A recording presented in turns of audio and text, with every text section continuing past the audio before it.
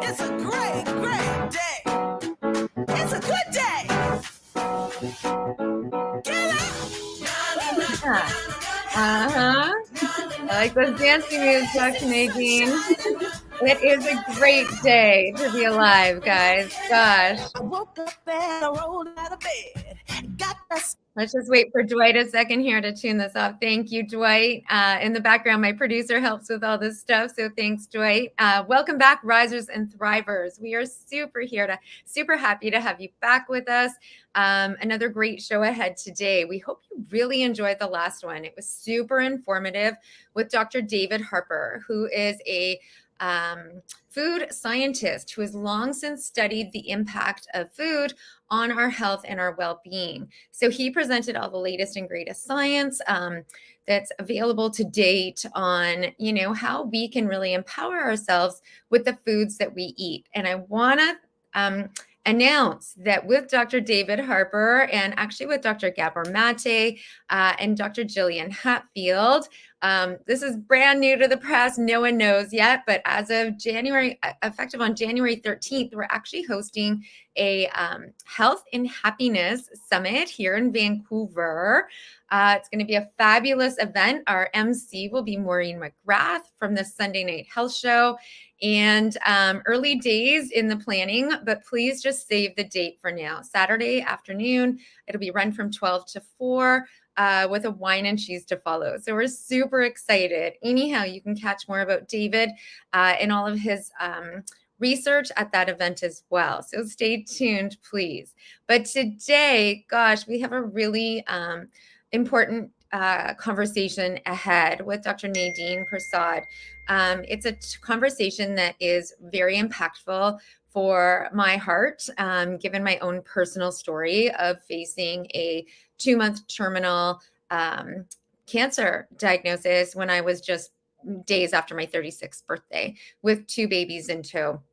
I had been denied all further medical care aside from palliative care moving forward. And my eyes were opened to the services available for young families at that time, and perhaps the lack of services that were not provided at that time too. And so I'm always so appreciative for everything in healthcare, but there's always a few areas that we can improve on. So this conversation today is a really important one, and I could not have picked a better guest to bring to you today to spearhead this conversation. Dr. Nadine has a million accolades in grief and in palliative care and in improving healthcare in these pursuits. She has recently completed her PhD. I think that was last year. Correct me if I'm wrong, Nadine.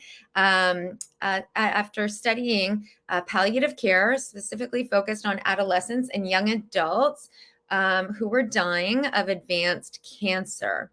And so she has studied the latest and greatest science and all of this, on all of the needs that are being met and perhaps not being met in today's healthcare realm for these patients and their support. So let's welcome Nadine to the show. Nadine, we're so grateful that you've taken time away from your day and to be able to do this today. So thank you for being here. Thank you so much for having me. I love the way you start the show. It kind of feels like I was on Ellen DeGeneres. So it feels very cool. So thank you so much for having me here. That means a lot. Well, this show is all about really opening up the conversation of hardship and, sharing the really raw emotions that come with our hardest of days. Sometimes we feature stories of, warriors who have walked the walk. And sometimes we feature experts like yourself who can share insights as to, how to help inspire us, empower us, and best support us on our path. And so despite the hard conversation, there's always this, uplifting undertone to everything we do here. And that's exactly what I felt, what I feel like with your creations and posts that you do on social media. I really appreciate how real you are and how raw you are, but yet how direct and uplifting at the same time, and how much guidance you provide to your audience. So everyone stay tuned. This is going to be a really great show. Nadine, First, can you tell me about some of your research that you first did with your PhD? Yeah, so when very early on in my career, I supported an 18-year-old woman who was pregnant, and when she went into labor, she had a C-section, and when they had done the C-section, they had realized that she had stage 4 stomach cancer. So she had just had a new baby, and then she was referred to our team for end-of-life care. And it was really difficult because an 18-year-old kind of falls in between two worlds. You're still seen as like kind of like a teenager, but you're on the brink of like adolescent or adulthood. And it was this weird kind of like teeter-totter that she was on for both teams. So for our team, that was an adult team, we were meeting with her weekly because it wasn't only her cancer. She was living in a really high-risk, low-income area in Toronto, many structural vulnerabilities in terms of poverty, and having to, her mom was working multiple jobs to support her and her younger brother, and she had this new baby, and father wasn't in the picture. So lots of complexities attributed to the social determinants of health, on top of the fact that you had a young woman who was dying with a baby. And at the end of it all, after multiple meetings, and we did so many things, we had so many meaningful moments to ensure that her journey of death wasn't just one of sorrow and distress. Like there were meaningful moments that she could pull out. We were debriefing, and I thought, at no point in this whole journey did anybody ever say to us, what was it like for you? So as a clinician providing care, how did that feel? And I thought, when do we ever stop to say to our healthcare workers, what was that like? What was your experience? So it intrigued my interest in the adolescent and young adult population, given the world that they live in and the two kind of age groups that they're in. And I thought, well, why not better understand it? So I wanted to explore the lived experiences of healthcare workers who support adolescents and young adults living with advanced cancer through pediatric hospices. And in Canada, at the time of my research, we only had 6 across Canada. So you can imagine 6 pediatric hospices. And I traveled all the way from BC to Montreal and I had four sites where I conducted research, 18 participants, really understanding the lived experiences of what it was like caring for adolescents and young adults. And what did your research show? My research showed multiple things. It was actually, I did an IPA study, so interpretive phenomenological analysis. And what they often say is that you need a smaller sample size. But I'm like, oh, please, I need a bigger sample size. Like it's such a unique niche. Like I'm traveling across Canada. What if I don't get enough? So 18 was pretty large. And what happened was I ended up getting so much data. And the biggest takeaway message was around this notion of doing. And what we saw was that with the adolescent and young adult population, there was a big focus on making meaningful moments, tying up wishes, finishing high school, getting married, like all of these big events. And the healthcare workers really prided themselves on it. And when I further looked at it, because with an IPA research design, you've got to look beneath the surface. And I'm like, what is this? And what I found was that this was a mechanism of coping, where if I can help this young person die because it doesn't follow the life cycle, but I can make sure that they got married, or I can make sure that something special happened, then maybe I myself could cope with this better. So there was one of the healthcare workers shared a story, and she said this young girl really wanted to touch the stars.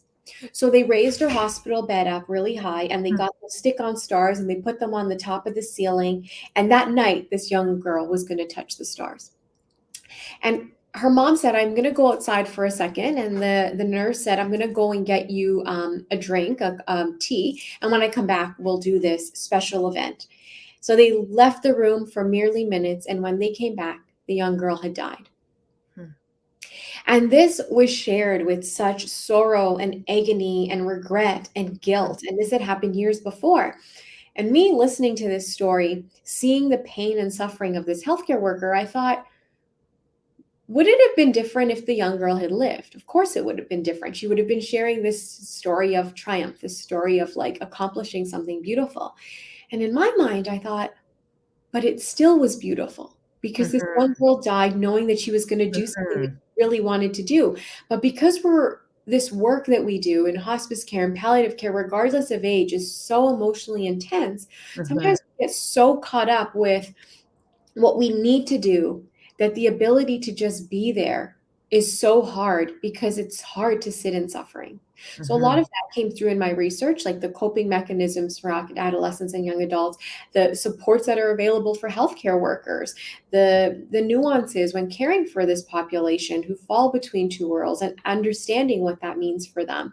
I think one of my themes was on like balancing on a tightrope, because when you're supporting an adolescent, you're also supporting the family. With an adult, usually they make their own decisions and they know what they want. But with this population, they were seen to be very advanced, but there was this element of maternalism, and your parents know best, and appeasing your parents. And so there was a lot of that as well, that really came through in my research.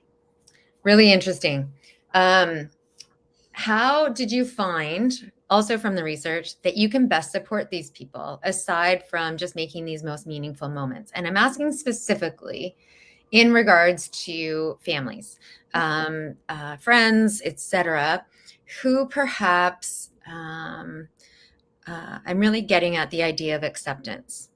And some really struggle with that idea of acceptance. And this is a fine line that we have to walk here, right? Because obviously my story and the luck that I've experienced is not one that's often experienced, right? And so I am a big believer in hope, but where is that fine line where acceptance prevails so that we can really maximize those last days in end of life for our loved ones?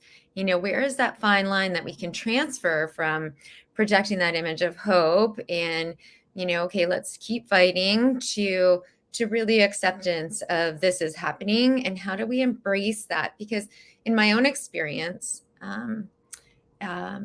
I found, whether it's my cohorts, who are also facing cancer, or those that I've been coaching, they know, they know when it's their time. And I don't know if you've experienced the same thing, but then there's sometimes this resistance from families who can't accept that and claim that they're giving up, let's say. And that makes things quite difficult for these patients, in my view. And so where's that balance? Like, how do you help navigate that? I think it's such a good question, and it's something that's often so missed. We know that caregiver support is imperative to palliative care. You cannot have palliative care and not have caregiver support. Yes.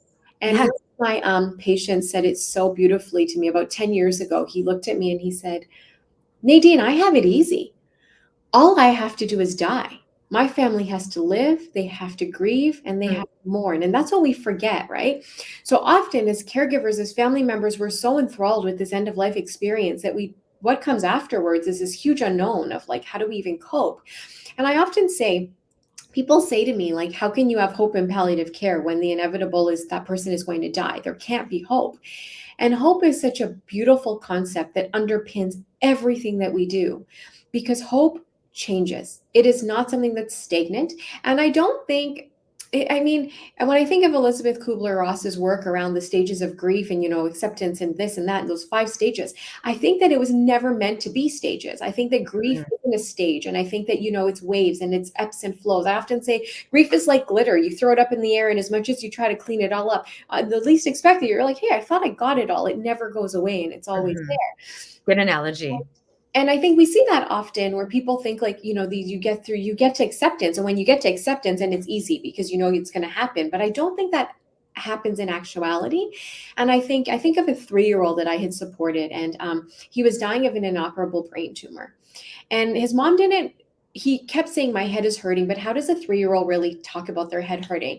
And he went to the hospital, he went to sick kids, and they were like, he has an inoperable brain tumor. And his mom's like, it's impossible. Like he's fine. Apart from this headache, it's not possible. And eventually one day she took off his jacket and like his right arm kind of fell out, and she was like, this is weird. And he loved Nintendo, Super Mario Brothers, and he was playing this game. And all of a sudden he started screaming, Mom, my hand's not working anymore, because the tumor had affected that part of his body. And I remember going to their house and supporting them, and his mom saying, he's on clinical trials, and he's trying all these trials. And she's like, he's going to live. I have hope that he's going to live. And as we moved through the trajectory of his illness, that hope completely changed. So from being curative, that my 3-year-old is going to live, it moved to, he used to call it a red sandwich. It was a peanut butter and jelly sandwich. It moved to, my hope is that he'll be able to eat this sandwich today without being nauseated. My hope is that he'll be able to play this video game. And I remember after he had died, the next morning she called me and she said, you know what, Nadine, the hardest part of this whole thing was waking up this morning, seeing his toothbrush, and knowing he would never use it again. And those are the things we don't think about. So we don't think about the little things. I think that we can't force people to accept. And I also say my job as a clinician is not, I'm a psychotherapist, social worker by background. Like, my job is not to give people false hope, but it's also not to take away hope. My job is to maintain whatever hope that may be, knowing that if we prepare people for what could happen, you can still maintain hope. And I don't think a family saying, you know, my child is still going to finish university shows that they're not accepting it. I think it's just something, it makes them look forward to something, so that it's so important. Like, people have to look forward to things. They have to think of things that they can strive through. That's what we do every day, right? We look forward to things. We celebrate holidays. Like, we really look for the positives.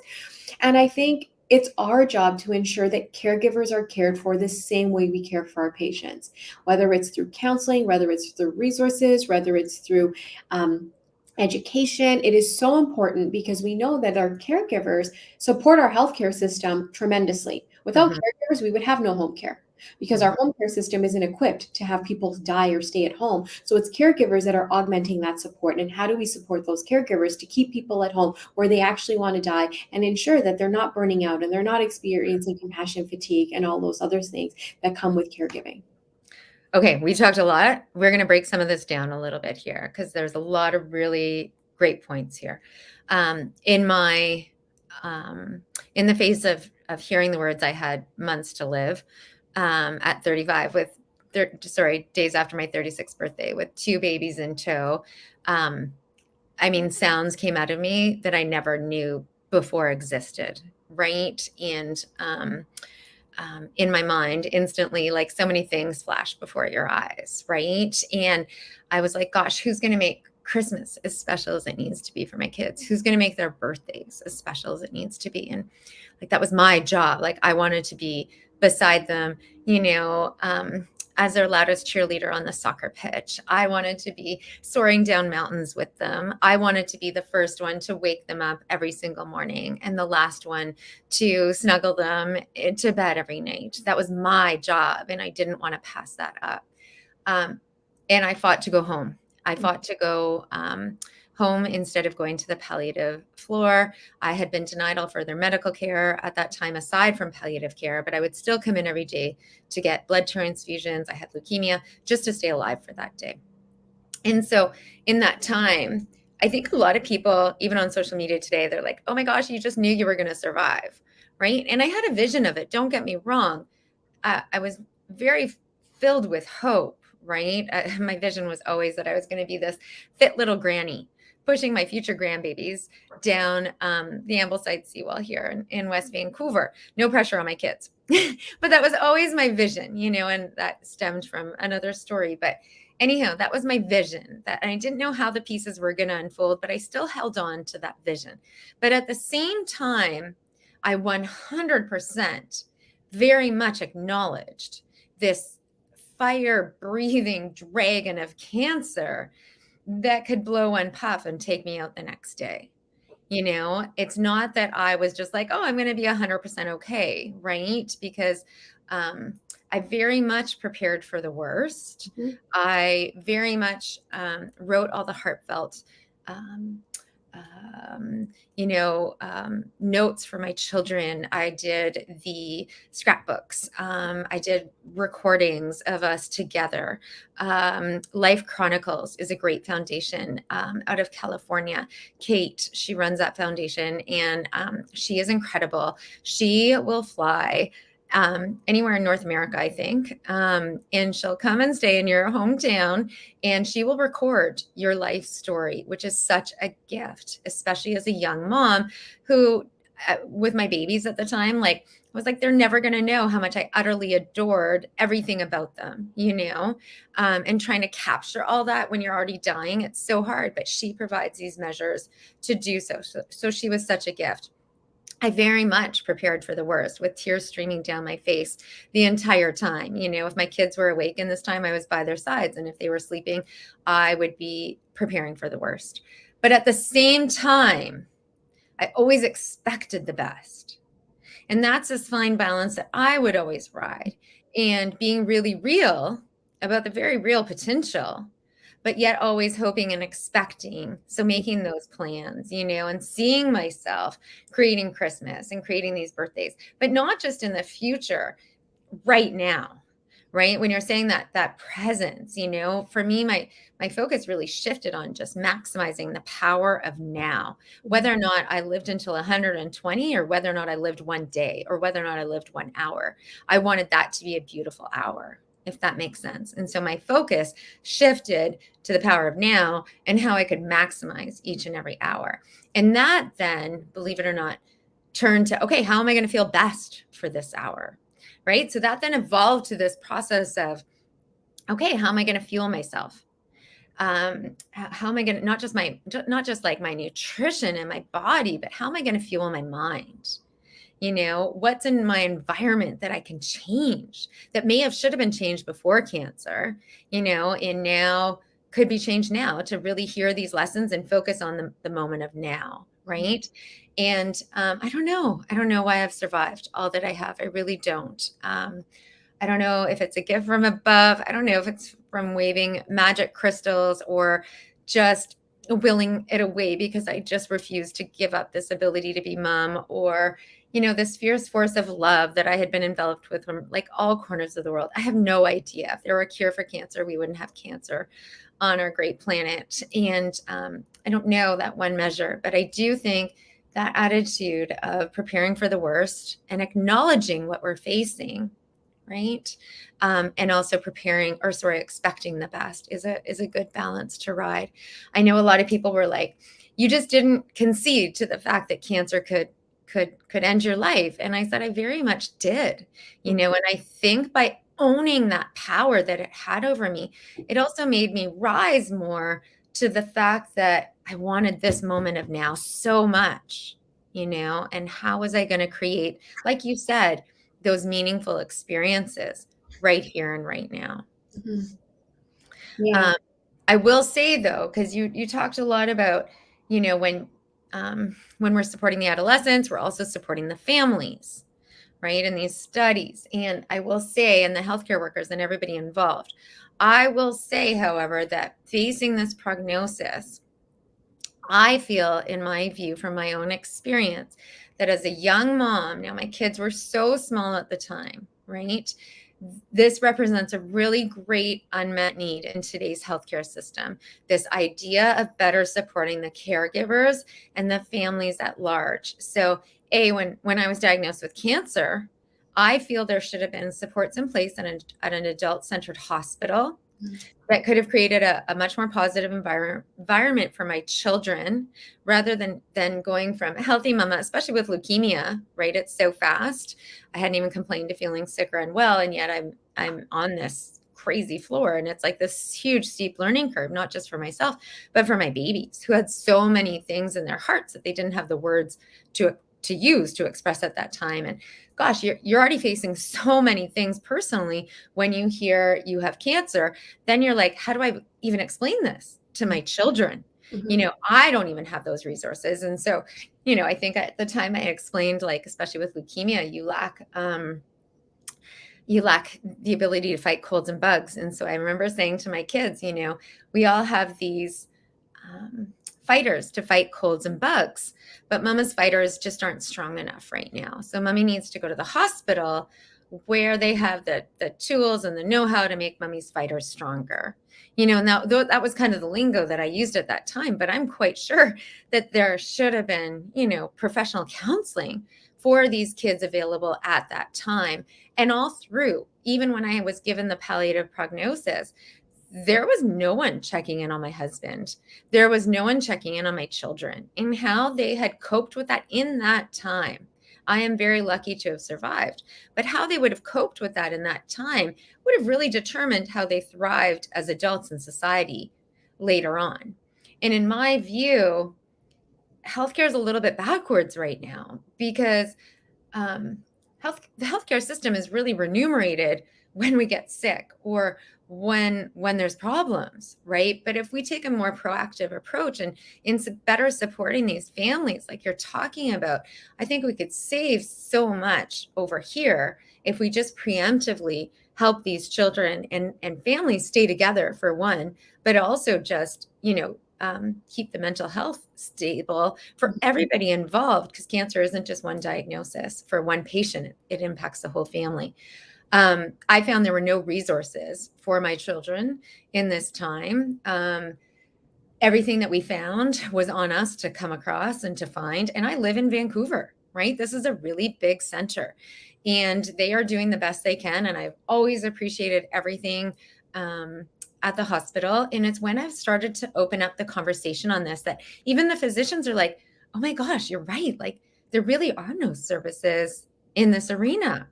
And then starting to talk about it more on social media. I'm approached by several people by DMs like, oh my gosh, I'm divorced too. Like we just didn't have the supports in place. And very few people are palliative, but it's just the bigger global diagnosis of these supports in place. But anyhow, specifically for palliative and caregivers, how can you best take that to, if you're a child, maybe even adolescents, I know through here there are hospice centers that support, like you said, the entire family at large. How can we extrapolate that to include these young families? Because when you take a young mom out of the house and she's got babies, that takes a lot of resources.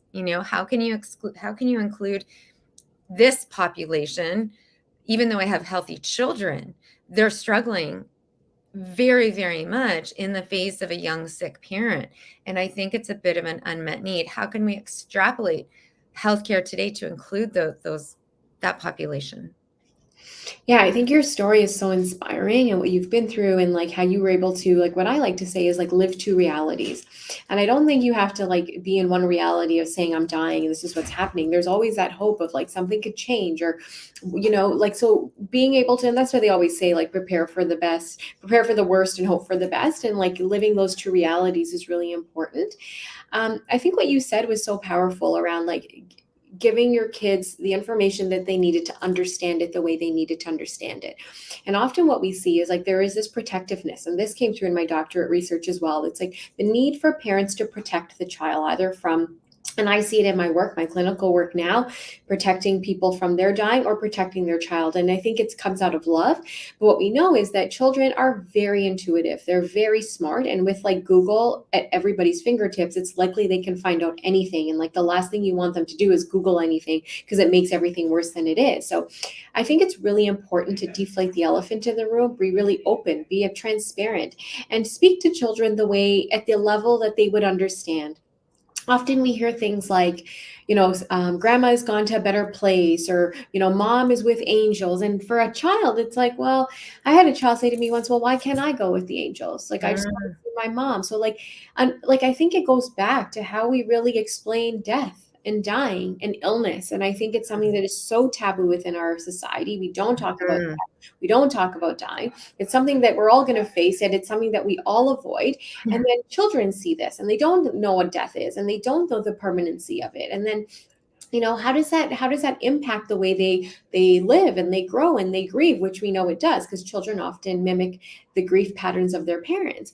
So I think it's about being really open. It's about being transparent. It's about bringing in the experts at times. There's a ton of like really powerful books that children can understand. Like I remember recently, not recently, about a year ago, we had a young man come in and he was actively dying as he came in. And they said, Nadine, we really need you. He has a 3-year-old daughter. Can you tell her that her dad is dying? In the middle of the pandemic, like visitation was all a mess. And I was like, oh my gosh. And I was sitting in a room and I see the Lion King like shoved under the table. And I'm like, I can read this book to her. So we read the Lion King, and the Lion King is really powerful because it talks about Mufasa dying and what that means. And like, so she said, she said to me, my dad is dying. And I was like, and we had a little conversation about what that means. And then later on in the story, you see Mufasa appear in the clouds as he talks to Simba. And she goes, well, is my dad going to be like Mufasa and come back and talk to me? And we had to talk about, well, no, like he'll live inside of you, but like death is like, it doesn't mean that people come back. They don't physically come back. And at her level, she was able to understand and she was able to comprehend that. So how do we speak to to kids at the level that they would understand? Sometimes like we're not going to speak to a death at the level that we do because our life experiences are usually much larger than a child. So how do we break it down in a way that's digestible? How do we take cues from them? Like, okay, this is enough. Let's park it and let's continue this conversation later. So how do we not overly give information where it's overwhelming and they can't really absorb it all? So it's kind of like little cookies. It's like Mrs. Fields cookies, those really cute small ones, a little bit at a time. And you hope that eventually that picture is painted. And I think it really goes back to giving parents the tools that they need to have these conversations, because we know often, like if you have a child in a hospital with a clinician and you say, let's talk about mom dying, they're not going to talk about mom dying. But if you're at home and you're tucking your child into bed, that's likely, or they're in the bath, that's likely when they're going to ask you a question. And That's so right. Tools do you have to answer those questions so that you don't feel as if you have to, continue to inflate that elephant in the room? No, you're right. Even now, like I'll be tucking in my kids at night, and my youngest is now 13, and he's like this old little Buddha soul, and sometimes I'm always like, oh, do you have any, like anything you want to talk about the day? Any questions, and sometimes like just randomly, he'll be like, yeah, like, why did you get cancer again?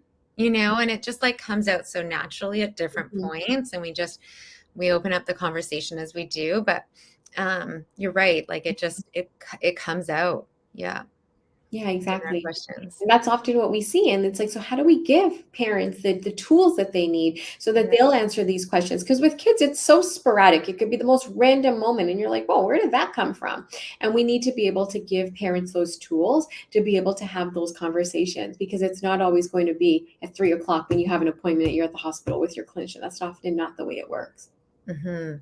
And so for you as a healthcare worker, for you to continually give your best support, because this must be a lot of energy for yourself, how do you best navigate that for yourself in terms of, what you take home at the end of the day, how heavy it is for you? How do you navigate all of that, Nadine? I think often people say to me, because I've been in palliative care now for 16 years. So people sometimes say to me, oh, like you've been in palliative care for 16 years. You're probably used to it by now. You're probably desensitized. And often that question really dehumanizes what we do. And I often think like if it ever gets to a point where I no longer feel, then it's time for me to take a bow. Yes. Field. And you see that with some people where they've totally detached and it just becomes a job, and you're like, the time is now, like you need to end this. I think for me, the way I attribute it is there's a saying that says, in order for a candle to stay lit, something has to burn. And I think as healthcare clinicians, we strive every day to make our patients stay lit, and we're the ones that burn little by little. And the aim is to not burn until you see your wick. So how do you maintain yourself? And I mean, my master's research was all about resilience. And I don't think resilience is a strength. I think resilience is built out of necessity. I think it's built out of the necessity of broken healthcare systems. I think it's built out of a necessity of people just having to do what they have to do to get through. And I think we kind of idolize resilience a little bit too much. So when you talk about self-care, often people will say, well, I read a book, I take a bath, I go for a hike. It's all these physical things.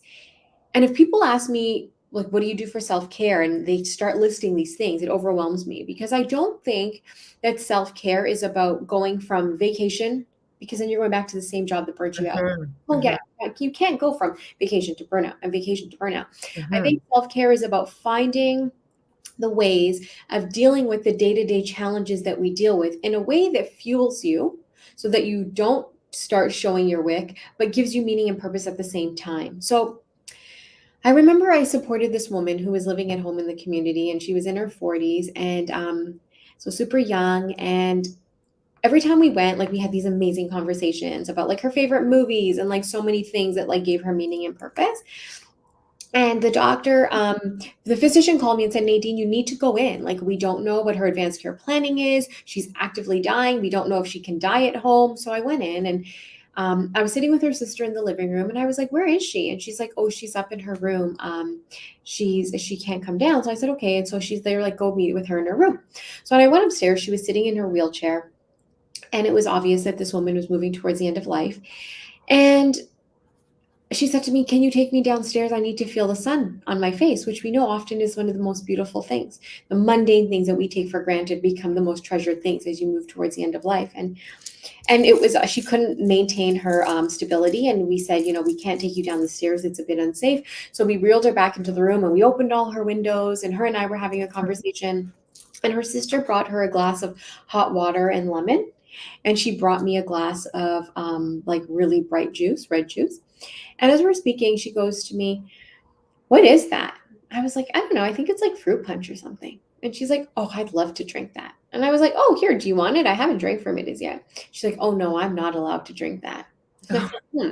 Well, this is definitely not me or my team, because I'm the girl that when one of our patients was dying of liver cirrhosis, I was doing his mouth care with a whiskey swab. So I'm like, it can't be me, because then when you're dying, it doesn't matter. Eat, drink, whatever. It's all about the pleasures. Yes, Yeah, 100%. Yeah, I go down to her sister and I'm like, can she drink this? And her sister's like, oh, no, she can't drink it because it has way too many preservatives in it, and it's going to make her die faster. Yeah. Again, right? It's not about telling people how to live or taking away hope, or if that's her family's job.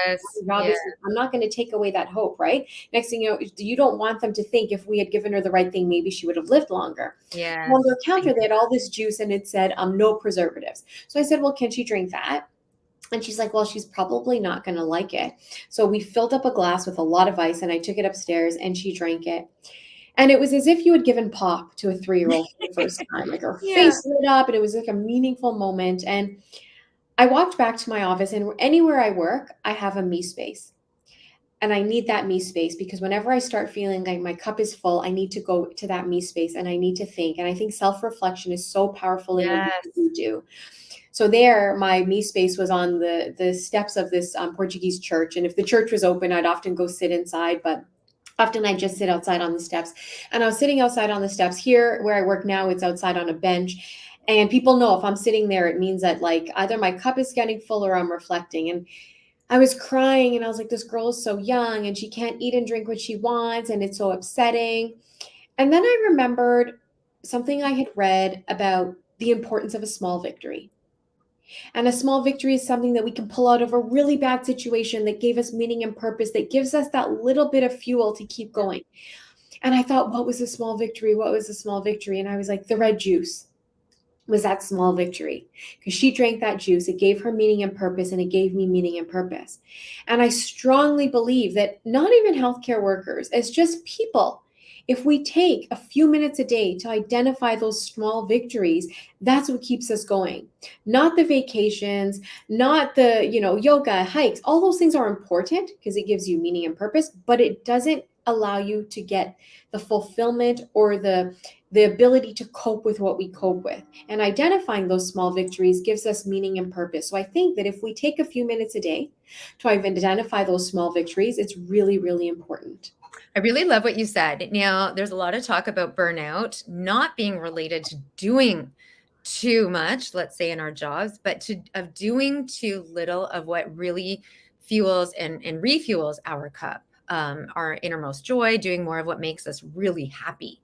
But I think you've touched on a more important part. It's not so much the doing, it's the reflecting and that area of mindfulness and self-awareness as to what we've already done, perhaps, of those small victories. I think that's really powerful. And for myself, a lot of people are always like, what really got you through terminal cancer? And for me, it was, I'm a sports chiropractor by trade and had always lived a life passionate about health and wellness. And for me, I'd always eaten well before and I was very fit, but for me, it was this piece that you're talking about reflection and mindfulness that we can so often and so readily miss, being stuck on that autopilot wheel of life where we're just so go, go, go, go, go, go. Mhm. Even if we consider in our minds, self-care is still doing, right? Exactly. There's another expression, I think it's an Italian proverb, the art of doing nothing. And the art of doing nothing for me is actually doing so much. Mhm. Like it conquers so much in my mind and restores my cup. But you're right, shifting to those small victories in those reflections and in those periods of mindfulness, because it is when we celebrate just in any motivation, Mhm. in any areas where people need more motivation, whether it's working out, no matter what it's about, staying the course, perseverance, Mhm. focusing on those small wins, and celebrating those small wins, right? Exactly. In our own ways is what keeps the motivation high. Mhm. And so unless we're doing that and we're having some, even a little bit of okay, tap on the shoulder for today. Erica Jane, that was a really good moment. Or in your case, that you brought this juice, right? And that was a highlight for her day, but really reflecting on that and celebrating that in our own hearts. We don't even need to do it on a big spectrum, but Yeah, having that the little time. things. It's a really Yes. little things. And I think we get so bogged down with you hearing things like, taking trips to Disney and doing all these things when the reality is if you can have one small victory, it makes such a big difference because we know at the end of life, all those big extravagant things that we usually Yeah. put so much emphasis on don't matter. It's the human touch, the human connection, those little things like the sunshine on your face, the feeling of sand between your toes, the chirping of birds, things that you just walk your every day and are just so like you're just so used to. So we know that those little things are so important. And how do we take Yeah. more times to appreciate those things? No, I can't agree more. Tim McGraw sings a song. I can't think of the name of the song right now, but it's all about if you had a diagnosis and Yeah, you're live like you were dying. live like you're dying. Yes, but it is a lot about I'm going to go skydiving. Yeah. I'm going to do this and I'm going to do that. And to be in all fairness, great song. Don't get me wrong, but literally when I heard the words "you have cancer," I remember looking out the window and this woman had caught my eye. She was walking below. It looked like she was walking home from work. She had sneakers on and she was dressed in professional attire. And so in my mind, she was going home to make dinner for her family. And as I heard what was happening in the room with my diagnosis, I just focused on her so intently. And in that moment, that was the very first defining moment for me where I was just like, oh my gosh, like I always took those moments for granted. It would be more like a chore.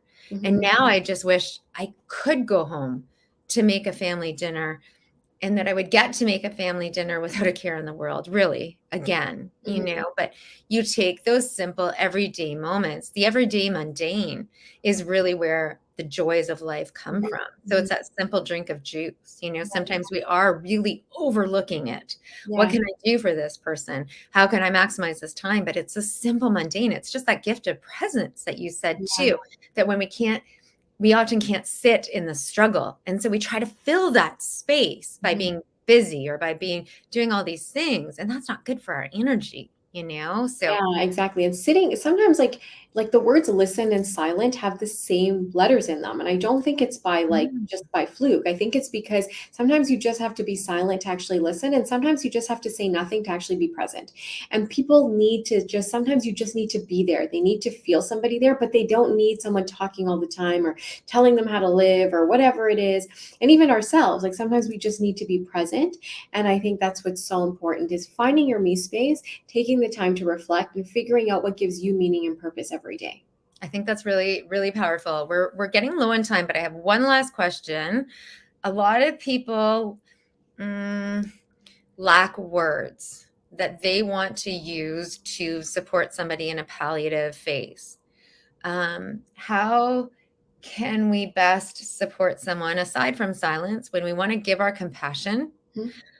But I find a fine line between compassion and pity, Mhm. and I, in those shoes, didn't want that pity. Mhm. I didn't want to pick up that energy. But what are words that you Mhm. can share for family, loved ones who are supporting someone who's going through palliative care?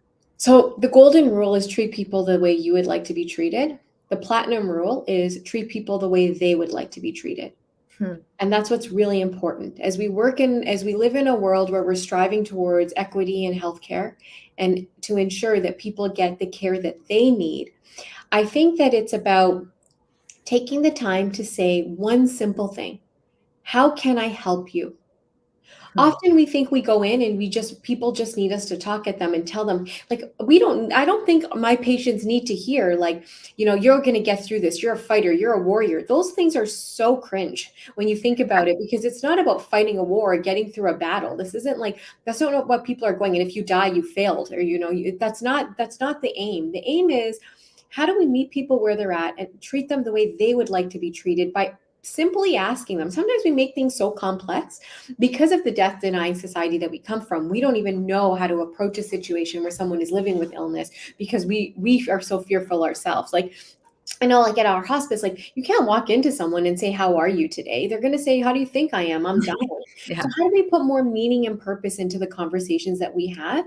And by simply just saying, how can I help you today? What can I do for you? It'll likely shift that moment of control, because we know when you're living with illness, so much control is taken away from you, but it gives them back the control to say, I don't need anything today, or I need you to adjust something for me, or I just want to talk about what I'm feeling without you saying anything back. Yeah. And I don't think there's any right answer. I don't think there's any right words. I think it's just having the humility to say, and often I have the humility to approach all of my patients like they're my teacher. And I think if you approach everybody you're caring for, or anybody living with illness, like they're going to teach you a lot more than you have the humility to say, I'm not going to go in there and save the day and be the hero and, cause some enlightenment. I need the humility to say, it might be a really shitty day, and they may not want to say anything at all. And you may be the 10th person that's walked into their house and said, how are you today? And they lose it on you because they're sick and tired of answering that one question.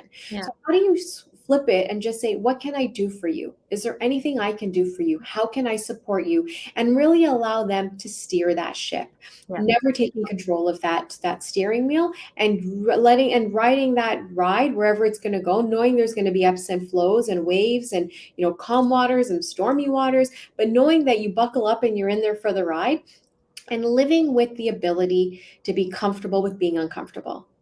Often we say things to make ourselves comfortable. Yes. Where the problem is. So how do we find comfort in being uncomfortable, knowing that your discomfort is probably always going to be there, and sitting with that and knowing it's okay to feel discomfort in a situation where there's not going to be a lot of comfort. So being able to feel uncomfortable with being comfortable with that uncomfortableness. Great points. And keep it simple, to be honest, in those days. Yeah. In those days, it was, a friend coming in, and sometimes I didn't want to talk. I didn't want to say a word, but the presence of that friend being there was just unforgettable, right? And so powerful. And yet, every night when my then husband would be home caring for my kids, putting them to bed, let's say at night, one of my girlfriends would be there just reading. They'd read a book, fiction. It would get my mind off things. And often I didn't even have the energy to talk back, in all honesty, but just having something else to shift my mind to, some different focus, and somebody just reading beside my bed, it was such a gift. So keep it simple. Exactly. Yeah. Nadine, you and I can go on forever in our conversation. I really have appreciated your time today. How can my audience get in touch with you? They can follow me on Instagram. My handle is on the screen, Dr. Nadine Persaud. I'm on LinkedIn and Twitter as well. So those platforms, and DM me. I love talking about death and dying. I love talking about grief and palliative care and hospice care, and how we can help people face illness while still finding meaning and purpose in everyday life. You're a great wealth of resources and insights, and I can't thank you enough for being here. Thank you so much. Thank you. Risers and Thrivers, we hope you've gained value from today's show, and we will look forward to seeing you in 2 weeks from today. All the best. Make it a great day. Bye-bye.